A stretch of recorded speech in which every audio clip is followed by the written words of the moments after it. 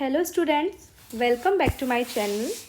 इससे लास्ट वाली क्लास में हमने ब्रेन के बारे में पढ़ा था, तो उसको थोड़ा सा रिवाइज कर लेते हैं। तो जो ब्रेन होता है उसके 3 पार्ट होते हैं, फोर ब्रेन, मिड ब्रेन और हिंड ब्रेन। जो फोर ब्रेन होता है उसके भी 2 पार्ट होते हैं, सेरेब्रम और डाइएन्सेफेलॉन। आगे जाके ये डाइएन्सेफेलॉन भी 3 पार्ट में डिवाइड होता है, एपिथैलेमस, थैलेमस और हाइपोथैलेमस। और जो मिड ब्रेन होता है वो 2 पार्ट में डिवाइड होता है, कॉर्पोरा क्वाड्रिजेमिना और क्रूरा सेरेब्राई। इसके बाद बात करते हैं हम हिंड ब्रेन की। जो हिंड ब्रेन होता है वो भी 3 पार्ट में डिवाइड होता है, सेरेबेलम, मेडुला ऑब्लोंगेटा और पोन्स। और ये डायग्राम हमने कल देख लिया था। अब हम दोबारा से डायग्राम देख लेते हैं ब्रेन का। तो ये एक डायग्राम है। तो जैसा कि आप ये वाला पार्ट देख रहे हैं, ये है कॉर्पस कैलोसम। अभी कॉर्पस कैलोसम क्या करता है, जो सेरेब्रम हेमिस्फेयर होते हैं, जैसे आप ये वाला पार्ट देख रहे हो, ये तो है फ्रंट साइड से, ठीक है। इसके पीछे की साइड सेम एक और पार्ट होता है, मतलब 2 हेमिस्फेयर होते हैं, जिसमें से एक तो ये है हेमिस्फेयर और एक इसके पीछे होता है। तो जो ये कार्पस कैलोसम होता है वो इन दोनों जो हेमिस्फेयर होते हैं उनको जोड़ने का काम करता है, ओके। और ये वाला जो पार्ट है ये है सेरेब्रम। सेरेब्रम के बाद जो आपके नीचे ये वाला पार्ट देख रहे हो, ये है हाइपोथैलेमस, ओके। और ये वाला पार्ट है ये है एपिथैलेमस, और ये जो है मेजॉरिटी ऑफ पार्ट ये है थैलेमस, ओके। अब इसके बाद ये वाला जो पार्ट है ये है मिड ब्रेन, ओके। ये वाला पार्ट है सेरेबेलम, और ये वाला पार्ट ये वाला पार्ट ये है पीयूष ग्रंथि, ये है पोन्स, ये है मेडुला ऑब्लोंगेटा और यह है स्पाइनल कॉर्ड, ओके। तो ये हमने ब्रेन का डायग्राम देख लिया, समझ लिया। अब इसके बाद हम ब्रेन के एक एक पार्ट को पढ़ेंगे और समझेंगे। तो सबसे पहले हम पढ़ेंगे फोर ब्रेन के बारे में। तो फोर ब्रेन जो होता है, जैसा कि हमने देखा था कि ये 2 पार्ट में डिवाइड होता है, तो सबसे पहले हम पढ़ेंगे सेरेब्रम के बारे में। अब जो सेरेब्रम होता है ये ब्रेन का सबसे बड़ा भाग होता है, और ये जो है ब्रेन का 2/3 भाग बनाता है। मतलब ये जो ब्रेन का सबसे बड़ा पार्ट होता है और कितना पार्ट बनाता है, 2/3 पार्ट बनाता है, ठीक है। अब सेरेब्रम जो है 2 सेरेब्रल हेमिस्फेयर से मिलकर बना होता है, ठीक है। ये जैसा कि मैंने डायग्राम में भी आपको एक्सप्लेन किया था। और ये जो सेरेब्रल हेमिस्फेयर होते हैं वो आपस में कॉर्पस कैलोसम के द्वारा जुड़े हुए होते हैं। तो बेसिकली कॉर्पस कैलोसम का काम ही यही होता है कि ये दोनों हेमिस्फेयर को आपस में जोड़ कर रखें, ओके। सेरेब्रम का जो संबंध है वो सोचना, समझना, याददाश्त, तर्क शक्ति व बुद्धि आदि से होता है।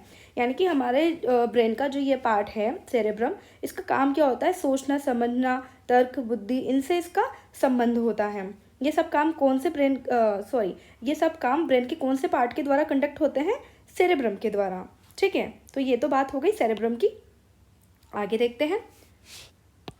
सेरेब्रम में जो गर्तनुमा संरचना होती है उसको सल्सी व उभारनुमा संरचना को गायरी कहते हैं। सॉरी, ये पार्ट हमारा डायग्राम में छूट गया था, मैं एक बार फिर से एक्सप्लेन कर देती हूँ। ये जो आप पार्ट देख रहे हैं, ये वाला पार्ट, ये वाला पूरा, तो ये तो होता है उभरा हुआ पार्ट, ठीक है, तो इसको बोलते हैं गायरी। और ये जो वाला पार्ट है जो आप ये दरार टाइप देख रहे हो, धंसा हुआ पार्ट होता है, इसको बोलते हैं सल्सी, ठीक है।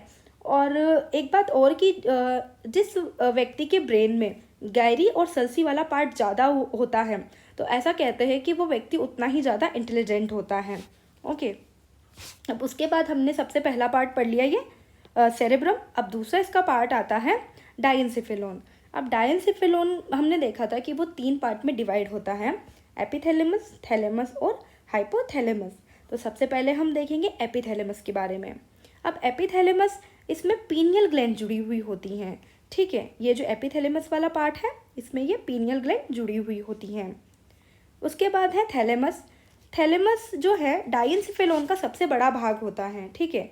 जो सेरेब्रम था वो तो ब्रेन का सबसे बड़ा पार्ट था, और ये जो थैलेमस है वो डाइएन्सेफेलॉन का सबसे बड़ा पार्ट होता है, ओके। इसको ब्रेन का रिले सेंटर या गेट कीपर भी कहते हैं, ठीक है। अब ब्रेन का रिले सेंटर और गेट कीपर भी कहते हैं, इसका मतलब जैसे कि थैलेमस का क्या काम होता है, इसका काम होता है जो सिग्नल्स होते हैं, जो सूचनाएं होती हैं, उनका प्रसारण करना आगे, ठीक है। तो ये क्या काम करता है, जैसे कि कोई भी बॉडी में प्रॉब्लम होती है, सर्दी गर्मी या कुछ भी, ठीक है, तो उससे रिलेटेड सिग्नल आते हैं थैलेमस के पास। तो वो थैलेमस क्या करेगा, उनको भेजेगा सेरेब्रम के पास में, ठीक है। तो यानी कि जो भी सूचनाओं का प्रसारण होगा वो कहाँ से होगा, थैलेमस के द्वारा होगा। और जो थैलेमस है इसका संबंध किनसे होता है, तो इसका संबंध होता है वातावरणीय कारक जैसे सर्दी गर्मी ताप दाप से होता है।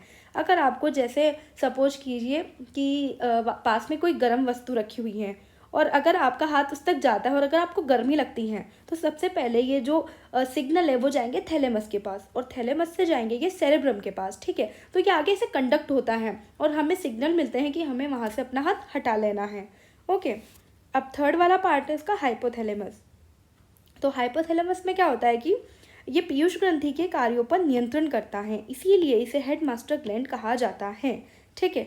जो पीयूष ग्रंथि होती हैं उसको मास्टर ग्लैंड कहते हैं, ठीक है। और ये जो है मास्टर ग्लैंड पे भी नियंत्रण कर रहा है, मतलब उसको भी कंट्रोल करके रख रहा है। तो ये क्या हो गया उससे बड़ा हेड मास्टर, तो इसको क्या कह दिया, हेड मास्टर ग्लैंड।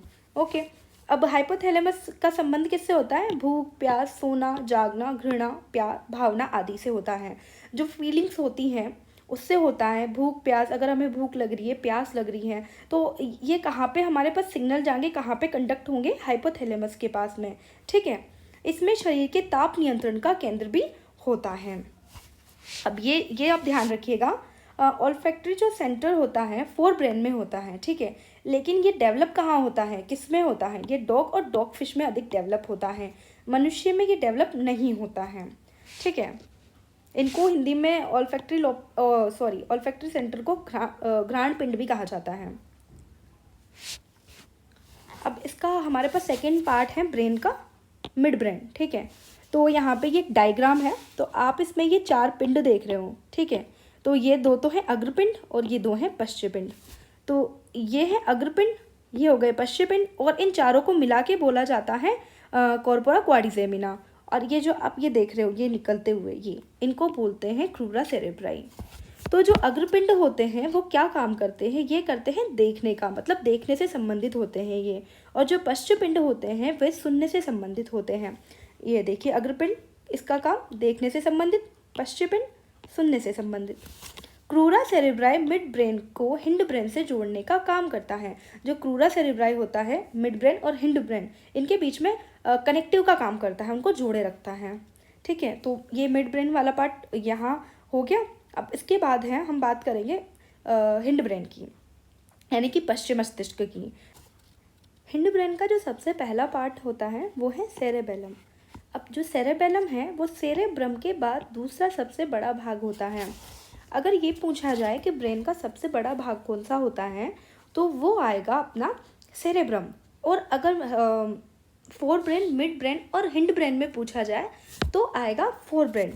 लेकिन अगर सेरेब्रम के बाद पूछा जाए तो दूसरा सबसे बड़ा पार्ट होता है सेरेबेलम, जो कि पश्चिम मस्तिष्क में होता है, यानी हिंड ब्रेन में होता है। अब इसका काम क्या होता है, ब्रेन का ये भाग शरीर का संतुलन बनाए रखता है, जैसे गाड़ी चलाना साइकिल चलाना। तो ये क्या करता है, हमारी बॉडी का बैलेंस बनाए रखता है। जैसे हम गाड़ी चलाते हैं या साइकिल चलाते हैं तो हम एक बैलेंस में होते हैं, तो ये काम कौन करता है, सेरेबेलम करता है। और यह भाग ऐच्छिक यानी कि वॉलेंट्री एक्शन पेशियों से संबंधित क्रियाओं को नियंत्रित करता है, ठीक है। तो जो ऐच्छिक क्रियाएं होती हैं, ऐच्छिक पेशियां यानी कि जैसे हमारे हाथ पैर की मांसपेशियां होती हैं, ठीक है, इच्छा के अनुसार हमारे काम करती हैं। हम चाहेंगे तो हम हाथ हिला सकते हैं, पैर हिला सकते हैं, वो मांसपेशियां कैसी होती है, हमारे कंट्रोल में होती है, ऐच्छिक पेशियां होती हैं, ठीक है। शराब पीने पर यही भाग प्रभावित होता है। जो व्यक्ति बहुत ज़्यादा शराब पी लेते हैं तो उनका सबसे पहले कौन सा भाग प्रभावित होता है ब्रेन का, सेरेबेलम, ठीक है। ये क्वेश्चन भी कई बार एग्जाम में आता है कि शराब पीने पे कौन सा भाग है जो प्रभावित होता है ब्रेन का, ठीक है। तो इसे आप ध्यान में रखिएगा।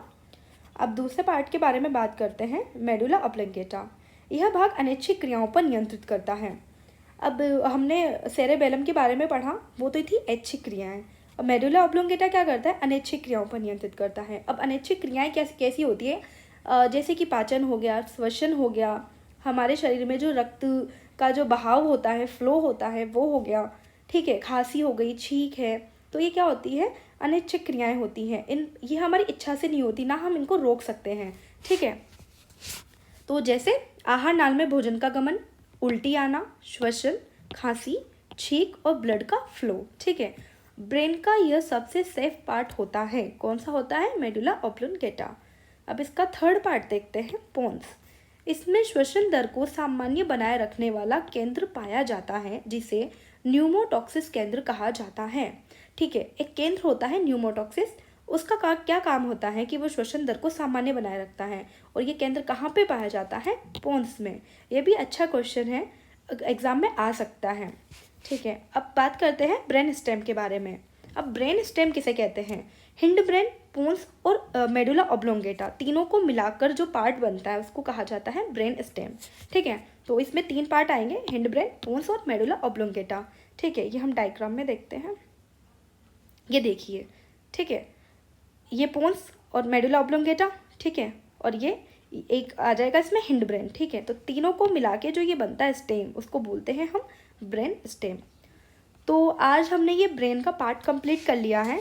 ठीक है, ब्रेन में इस एग्ज़ाम के अकॉर्डिंग हमें इतनी ही नीड है, और जितनी हमें नीड है उतना ही हम इसके लिए कंप्लीट करेंगे। एक्स्ट्रा मैं नहीं पढ़ाऊँगी क्योंकि एक्स्ट्रा वो आएगा भी नहीं, तो जो चीज़ आएगी हम उसी पे मेहनत करें। ठीक है, और अब हम नेक्स्ट क्लास में पढ़ेंगे स्पाइनल कॉर्ड के बारे में। Okay, thank you.